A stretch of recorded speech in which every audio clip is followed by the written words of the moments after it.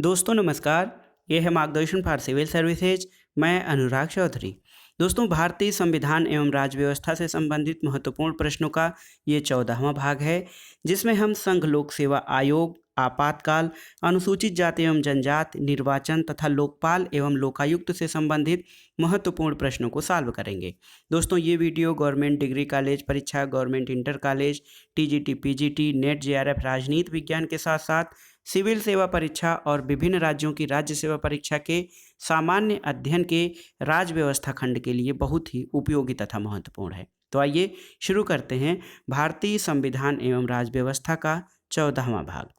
दोस्तों, संघ लोक सेवा आयोग से संबंधित जो प्रश्न हम कवर कर रहे हैं, उनका पहला प्रश्न है संविधान का अनुच्छेद जो यूपीएससी के सदस्यों को हटाने के बारे में विवरण देता है। आपको बताना है कि कौन सा अनुच्छेद है जो यूपीएससी के सदस्यों को पदच्युत करने के बारे में विवरण देता है। ऑप्शन है 323, 325, 317 या 319। तो सही उत्तर है दोस्तों ऑप्शन सी, संविधान का अनुच्छेद 317। इसमें ये व्यवस्था है कि लोक सेवा आयोग के अध्यक्ष या किसी अन्य सदस्य को केवल कदाचार के आधार पर राष्ट्रपति के ऐसे आदेश से उसके पद से हटाया जाएगा जो उच्चतम न्यायालय को राष्ट्रपति द्वारा निर्देश किए जाने पर उच्च न्यायालय के अनुच्छेद 145 के अधीन इस प्रयोजन के लिए निर्धारित प्रक्रिया के अनुसार की गई जांच के पश्चात इस संबंध में दिए गए प्रतिवेदन के आधार पर जारी किया जाएगा। तो सही उत्तर है अनुच्छेद 317 यूपीएससी के सदस्यों के हटाने के बारे में विवरण देता है। अगला प्रश्न है संघ लोक सेवा आयोग का प्रधान कौन होता है? राष्ट्रपति, अध्यक्ष, सर्वोच्च न्यायालय का न्यायाधीश या मंत्रिमंडल का मंत्री? तो सही उत्तर है संघ लोक सेवा आयोग का अध्यक्ष जो है उसका प्रधान होता है। अगला प्रश्न है दोस्तों, संघ लोक सेवा आयोग के सदस्य कब तक अपने पद पर बने रह सकते हैं? तो अनुच्छेद 316(2) के अनुसार संघ लोक सेवा आयोग का सदस्य 6 वर्ष की अवधि या 65 वर्ष की आयु तक अपने पद पर धारण कर सकता है। तो सही उत्तर हो जाएगा आपका ऑप्शन ए, 65 वर्ष की आयु तक। अगला प्रश्न है संघ लोक सेवा आयोग के सदस्यों की नियुक्ति की जाती है किसके द्वारा? तो सही उत्तर है आपका राष्ट्रपति के द्वारा संघ लोक सेवा आयोग के सदस्यों की नियुक्ति की जाती है और अनुच्छेद 316(1) में इसका विवरण दिया गया है। अगला प्रश्न है दोस्तों, संघ लोक सेवा आयोग के सदस्यों की नियुक्ति की जाती है तो आप जानते हैं राष्ट्रपति के द्वारा। और देखिए, 2 या 2 से अधिक संयुक्त राज्य लोक सेवा आयोग अगर जो बनाया जाए तो संसद उनकी प्रार्थना पर संयुक्त आयोग की स्थापना पर विचार कर सकती है, स्थापना कर सकती है। और यदि किसी राज्य का राज्यपाल संघ के लोक सेवा आयोग से राज्य की आवश्यकताओं की पूर्ति के लिए कार्य करने की प्रार्थना करे तो राष्ट्रपति के अनुमोदन से संघ लोक सेवा आयोग राज्यों के लिए भी कार्य कर सकता है। अगला प्रश्न है संघीय लोक सेवा आयोग के अध्यक्ष की नियुक्ति कौन करता है? तो सही उत्तर है दोस्तों भारत का राष्ट्रपति। भारतीय संघ लोक सेवा आयोग में अध्यक्ष सहित कितने सदस्य होते हैं? तो इस समय वर्तमान में देखा जाए भारतीय संघ लोक सेवा आयोग के सदस्यों की संख्या, उनकी सेवा शर्तें संविधान के अनुच्छेद 316 के अंतर्गत वर्णित हैं और वर्तमान में संघ लोक सेवा आयोग में सदस्य जो हैं वो 10 हैं और एक अध्यक्ष। तो कुल अध्यक्ष सहित कुल 11 सदस्य हैं संघ लोक सेवा आयोग में। दोस्तों, अगला प्रश्न है अखिल भारतीय सेवाओं के सदस्यों की सेवा शर्तें निर्धारित होती हैं कैसे?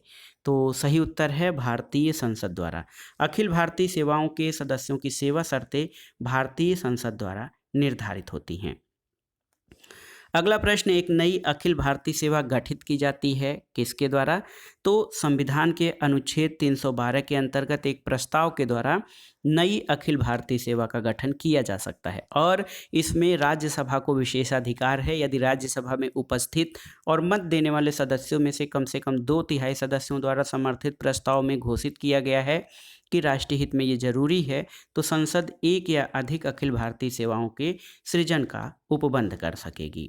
10वां प्रश्न है भारत की कुछ लोक सेवाओं और उनके प्रशिक्षण केंद्रों को नीचे दिया गया है, उनको ठीक ठीक से जोड़ना है। तो देखिए, भारतीय प्रशासनिक सेवा जो है ये राष्ट्रीय प्रशासन अकादमी मसूरी में इसका प्रशिक्षण दिया जाता है। तो दोस्तों, आईएएस का जो है प्रशिक्षण ये मसूरी में दिया जाता है। इसके अलावा भारतीय पुलिस सेवा आईपीएस का प्रशिक्षण केंद्रीय प्रशिक्षण कॉलेज माउंट आबू राजस्थान में दिया जाता है।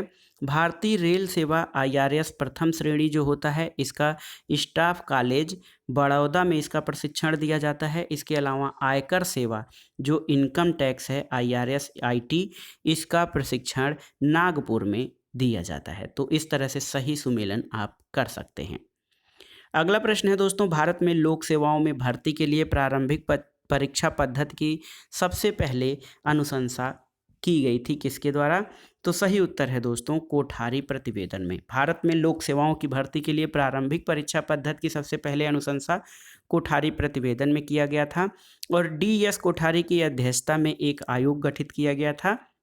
दोस्तों संघ लोक सेवा आयोग या लोक सेवा आयोग के बारे में कुछ महत्वपूर्ण प्रश्न और जान लेते हैं। 1919 के भारत शासन अधिनियम के अंतर्गत भारत में प्रथम लोक सेवा आयोग 1926 में स्थापित किया गया था और 1935 के अधिनियम द्वारा इसका नाम संघीय लोक सेवा आयोग रखा गया था और अनुच्छेद 315 के अंतर्गत संघ और राज्यों के लिए लोक सेवा आयोग के गठन का प्रावधान किया गया है। अगला प्रश्न है, भारत में संघ लोक सेवा आयोग और विश्वविद्यालय अनुदान आयोग का गठन क्रमशः किस प्रकार हुआ है आपको बताना है। तो सही उत्तर है संघ लोक सेवा आयोग और विश्वविद्यालय अनुदान आयोग संविधान और अधिनियम के द्वारा हुआ है। देखिए संघ लोक सेवा आयोग संविधान के द्वारा और विश्वविद्यालय अनुदान आयोग का गठन अधिनियम के द्वारा हुआ है। आपकी जानकारी के लिए बता दें कि संघ लोक सेवा आयोग और विश्वविद्यालय अनुदान आयोग संविधान और अधिनियम द्वारा हुआ। आप जानते हैं भारतीय संविधान के अनुच्छेद 315 में जो है लोक सेवा आयोग संघ लोक सेवा आयोग और यूजीसी यानी विश्वविद्यालय अनुदान आयोग का गठन 1956 के अधिनियम के तहत किया गया था। अगला प्रश्न है दोस्तों, भारत में संघ लोक सेवा आयोग द्वारा वार्षिक प्रतिवेदन किसके समक्ष प्रस्तुत किया जाता है आपको बताना है। तो संघ लोक सेवा आयोग अपना वार्षिक प्रतिवेदन राष्ट्रपति के समक्ष प्रस्तुत करता है। अगला प्रश्न है, इनमें से कौन सा तथ्य संघ लोक सेवा आयोग के सदस्यों के संदर्भ में सही नहीं है। ऑप्शन देखिए, वे राष्ट्रपति द्वारा नियुक्त होते हैं, ये सही है। उनकी नियुक्ति 6 वर्ष या जब वे 65 वर्ष के हो पहले हो उस तक के लिए होती है, सही है। वे प्रधानमंत्री द्वारा नियुक्त होते हैं, सही नहीं है। वे निष्पक्ष होते हैं, ये सही है। तो ऑप्शन सी आपका सत्य नहीं है संघ लोक सेवा आयोग के सदस्यों के बारे में, क्योंकि उनकी नियुक्ति प्रधानमंत्री द्वारा नहीं बल्कि राष्ट्रपति के द्वारा की जाती है। अब आइए देखते हैं आपातकाल से संबंधित प्रश्नों को। दोस्तों भारत में 3 प्रकार के आपात लगाए जा सकते हैं, 3 प्रकार के आपातकाल, और आइए उससे संबंधित प्रश्न देख लेते हैं। वित्तीय आपातकाल के दौरान राष्ट्रपति क्या कर सकते हैं। तो ऑप्शन देखिए, न्यायाधीशों को छोड़कर सभी सिविल सेवकों को वेतन को कम, न्यायाधीशों सहित सिविल सेवकों का वेतन कम कर सकते हैं, राज्य विधानसभा धन विधेयक पारित करने के अधिकार से वंचित हो जाती है, और ऊपर दिए गए सभी। तो दोस्तों वित्तीय आपातकाल या फाइनेंशियल इमरजेंसी के दौरान न्यायाधीशों सहित सिविल सेवकों के वेतन को राष्ट्रपति कम कर सकते हैं। अगला प्रश्न है, सूची 1 का सूची 2 से सुमेलन कराना है और सही कूट के आधार पर चयन करना है। अनुच्छेद 356, दोस्तों अनुच्छेद 356 जो है ये राज्य आपातकाल से संबंधित है, और अनुच्छेद 352 ये राष्ट्रीय आपातकाल से संबंधित है। अनुच्छेद 360 आप जानते हैं वित्तीय आपातकाल, और अनुच्छेद 315 संघ लोक सेवा आयोग की स्थापना। तो इस आधार पर आप जब मिलान करेंगे तो सही उत्तर आपका ऑप्शन ए हो जाएगा। अगला प्रश्न है, भारत का राष्ट्रपति आपातकाल की घोषणा कैबिनेट की लिखित सलाह से कर सकता है, ये व्यवस्था कब जोड़ी गई थी। तो जब आप संशोधन का चैप्टर पढ़ रहे थे तो उसमें दोस्तों भारत का राष्ट्रपति इमरजेंसी की घोषणा कैबिनेट की सलाह पे कर सकता है। ये 44वें संविधान संशोधन 1978 के द्वारा ये प्रावधान जोड़ा गया था। तो सही उत्तर है 44वें संविधान संशोधन में ये व्यवस्था की गई थी। अगला प्रश्न है, भारत में आर्थिक आपातकाल कितनी बार लागू किया गया है। तो सही उत्तर है कभी भी नहीं। भारत में अभी तक आर्थिक या वित्तीय आपातकाल नहीं लागू किया गया है, जो कि अनुच्छेद 360 के अंतर्गत व्यवस्थित है। अगला प्रश्न है, भारतीय संविधान के अंतर्गत कितने प्रकार के आपातकाल की व्यवस्था की गई है। तो हमने पहले ही बताया 3 प्रकार के आपातकाल की व्यवस्था की गई है। जिसमें एक है अनुच्छेद 352, इसमें युद्ध, बाह्य आक्रमण और सशस्त्र विद्रोह की स्थिति में राष्ट्रीय आपातकाल। अनुच्छेद 356 राज्यों में संवैधानिक तंत्र की विफलता या राष्ट्रपति शासन। और अनुच्छेद 360 वित्तीय आपातकाल की घोषणा। अगला प्रश्न है, भारतीय संविधान में राष्ट्रपति को कितने प्रकार की आपातकालीन शक्तियां प्रदान की गई हैं? तो सही उत्तर है 3 प्रकार की आपातकालीन शक्तियां राष्ट्रपति को दी गई हैं। अगला प्रश्न है, भारतीय संविधान के अनुच्छेद 356 का क्या महत्व है? तो सही उत्तर है इसके अंतर्गत किसी राज्य में संवैधानिक मशीनरी या संवैधानिक तंत्र विफल हो जाने पर राष्ट्रपति शासन लगाया जा सकता है। अगला प्रश्न है दोस्तों अनुच्छेद 356 के बारे में थोड़ा सा और जान लें। अनुच्छेद 356 में राज्य का शासन संविधान के उपबंधों के अनुसार नहीं चलाया जा सकता। ये पदावली बहुत व्यापक अर्थ रखती है और किसी राज्य में संवैधानिक तंत्र विफल हो गया है अथवा नहीं, इसका निर्णय राष्ट्रपति का स्वयं का निर्णय नहीं बल्कि ये मंत्रिमंडल यानी कैबिनेट का निर्णय होता है दोस्तों। अगला प्रश्न, अब आइए अनुसूचित जाति और जनजातियों से संबंधित प्रश्नों को देखते हैं। प्रश्न है कि किसी जाति या जनजाति को पिछड़ी हुई जाति या जनजाति घोषित करने का अधिकार है। ऑप्शन है राष्ट्रपति, संसद, गृह मंत्री या पिछड़ी जातियों या जनजातियों के राष्ट्रीय आयोग के अध्यक्ष को। तो सही उत्तर है किसी भी जाति को जनजाति, पिछड़ी जाति या अनुसूचित जाति घोषित करने का अधिकार भारत के राष्ट्रपति को है। और इनका संविधान के अनुच्छेद 341 और 42 में राष्ट्रपति को यह शक्ति दी गई है कि प्रत्येक राज्य के राज्यपाल से परामर्श करके एक सूची बनाए और राज्यों में अनुसूचित जनजातियों और जातियों को विनिर्दिष्ट करते हुए आदेश निकाले। अगला प्रश्न है, भारत के किस प्रदेश में अनुसूचित जनजातियों के लिए सर्वाधिक सीटें आरक्षित की गई हैं? राजस्थान, उड़ीसा, बिहार और मध्य प्रदेश। तो सही उत्तर है दोस्तों सर्वाधिक सीटें इसमें ये नहीं बताया गया है कि ये लोकसभा के लिए है कि राज्य की विधानसभा से, लेकिन सही उत्तर है मध्य प्रदेश में सर्वाधिक जनजातियों के लिए सीटें आरक्षित की गई हैं। लोकसभा में अनुसूचित जनजातियों को कितनी सीटें दी गई हैं आपको बताना है। तो दोस्तों 2008 में जो परिसीमन हुआ था उसके पहले अनुसूचित जनजातियों के लिए 141 सीटें थीं और वर्तमान में अनुसूचित जातियों के लिए 84 और जनजातियों के लिए 47। तो सही उत्तर है अनुसूचित जनजातियों के लिए 47 सीटें यानी शेड्यूल्ड ट्राइब के लिए आरक्षित की गई हैं। अगला प्रश्न निर्वाचन से संबंधित है। सदन के दोनों सदनों में सदस्य की सदस्यता समाप्त करने के लिए निर्णय से पहले राष्ट्रपति किसका परामर्श लेता है? सर्वोच्च न्यायालय, निर्वाचन आयोग, भारत का अटॉर्नी जनरल या भारत का सॉलिसिटर जनरल। तो सही उत्तर है संसद के दोनों सदनों यानी लोकसभा या राज्यसभा, लोकसभा या राज्यसभा में दोनों में से किसी सदस्य की सदस्यता समाप्त करने का निर्णय राष्ट्रपति निर्वाचन आयोग के परामर्श से ये काम करता है।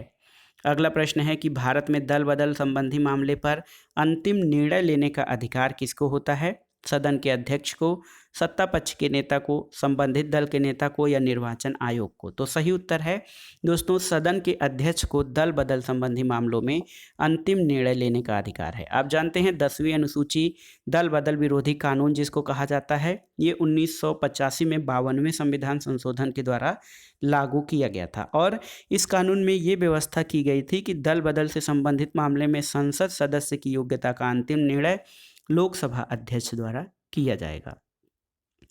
अगला प्रश्न है सामान्य निर्वाचन के लिए एक निर्वाचन क्षेत्र का निर्धारण किया जाता है राष्ट्रपति द्वारा, भारत के निर्वाचन आयोग द्वारा, जनगणना आयोग के द्वारा या परिसीमन आयोग। तो सही उत्तर है परिसीमन आयोग के द्वारा। और संविधान के अनुच्छेद 82 में ये व्यवस्था है कि प्रत्येक जनगणना के बाद संसद विधि द्वारा परिसीमन अधिनियम को अधिनियमित करती है और अधिनियम के प्रवृत्त होने के पश्चात केंद्र सरकार परिसीमन आयोग का गठन करती है। अगला प्रश्न है भारत के नए निर्वाचन आयुक्त को उसके पद से कौन हटा सकता है?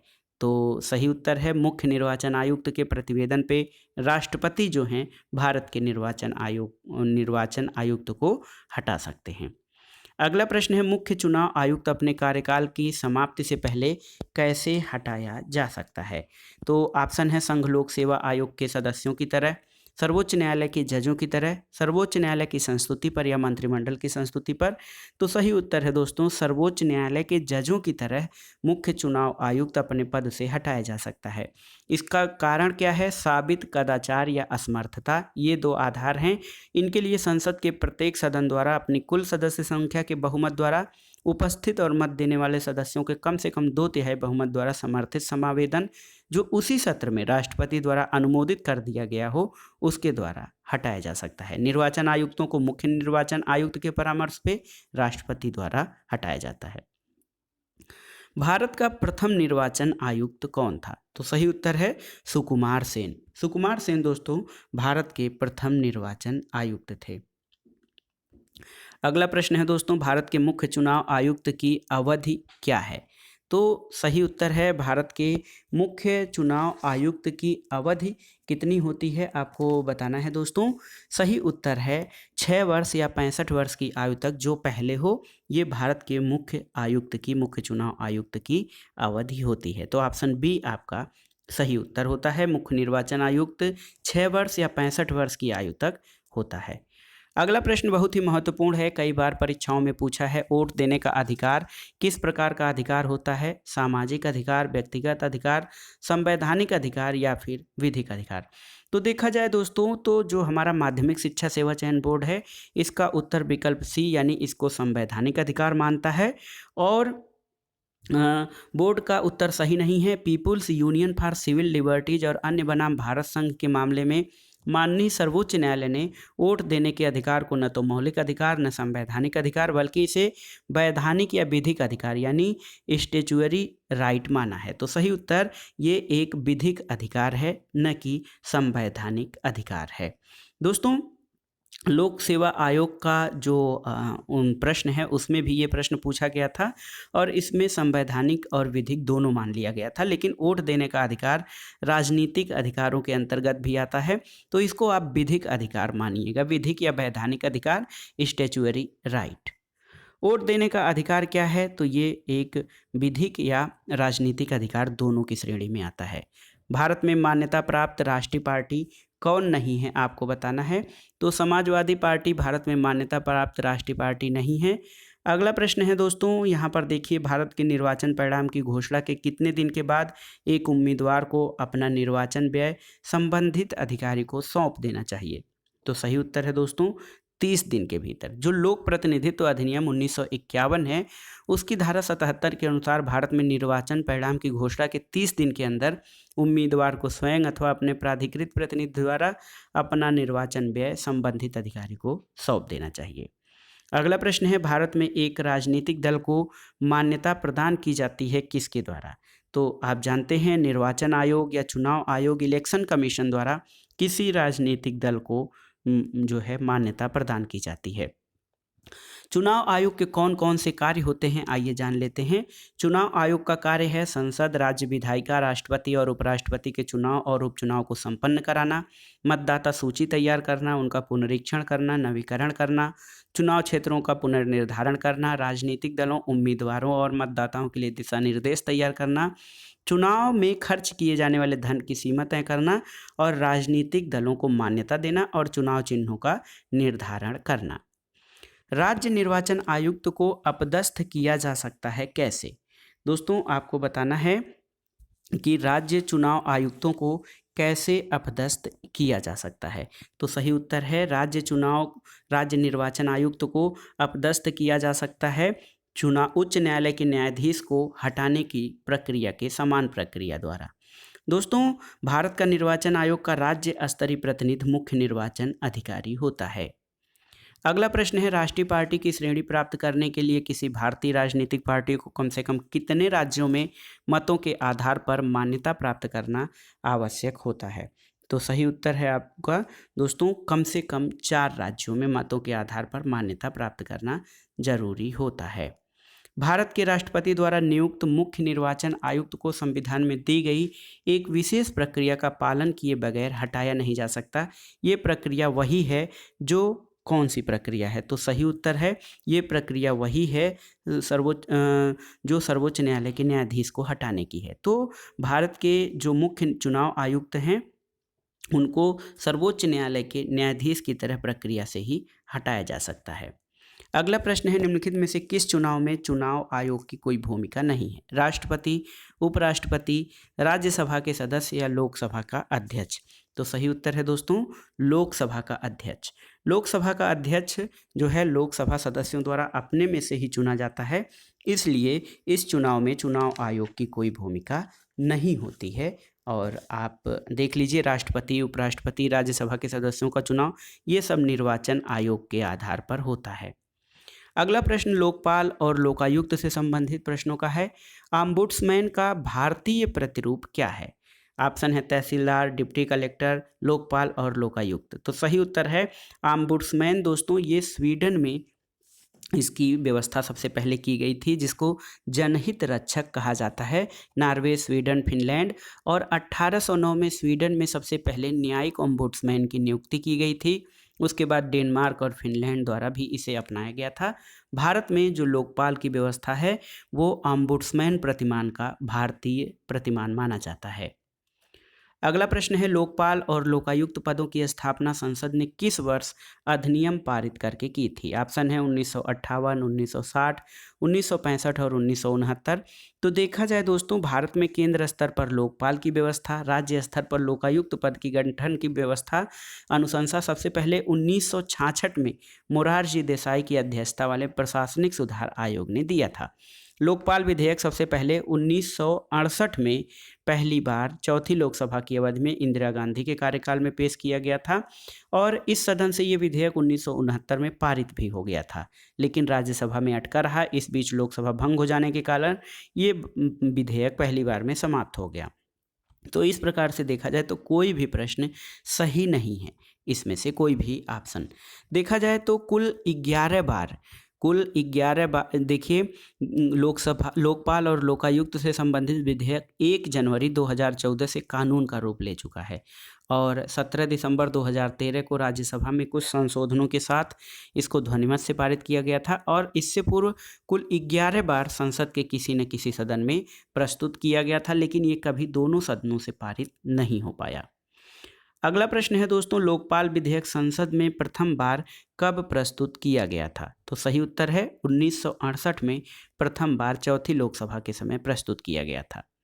अगला प्रश्न है लोकपाल विधेयक अपने देश में कब पारित हुआ था?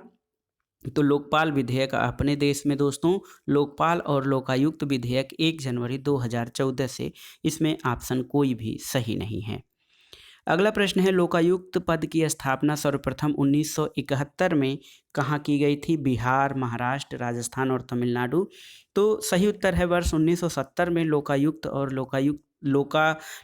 और लोकायुक्त अधिनियम के माध्यम से लोकायुक्त की संस्था को प्रस्तुत करने वाले उड़ीसा भारत का पहला राज्य था, जबकि 1971 में लोकायुक्त पद की सर्वप्रथम स्थापना करने वाला राज्य महाराष्ट्र था।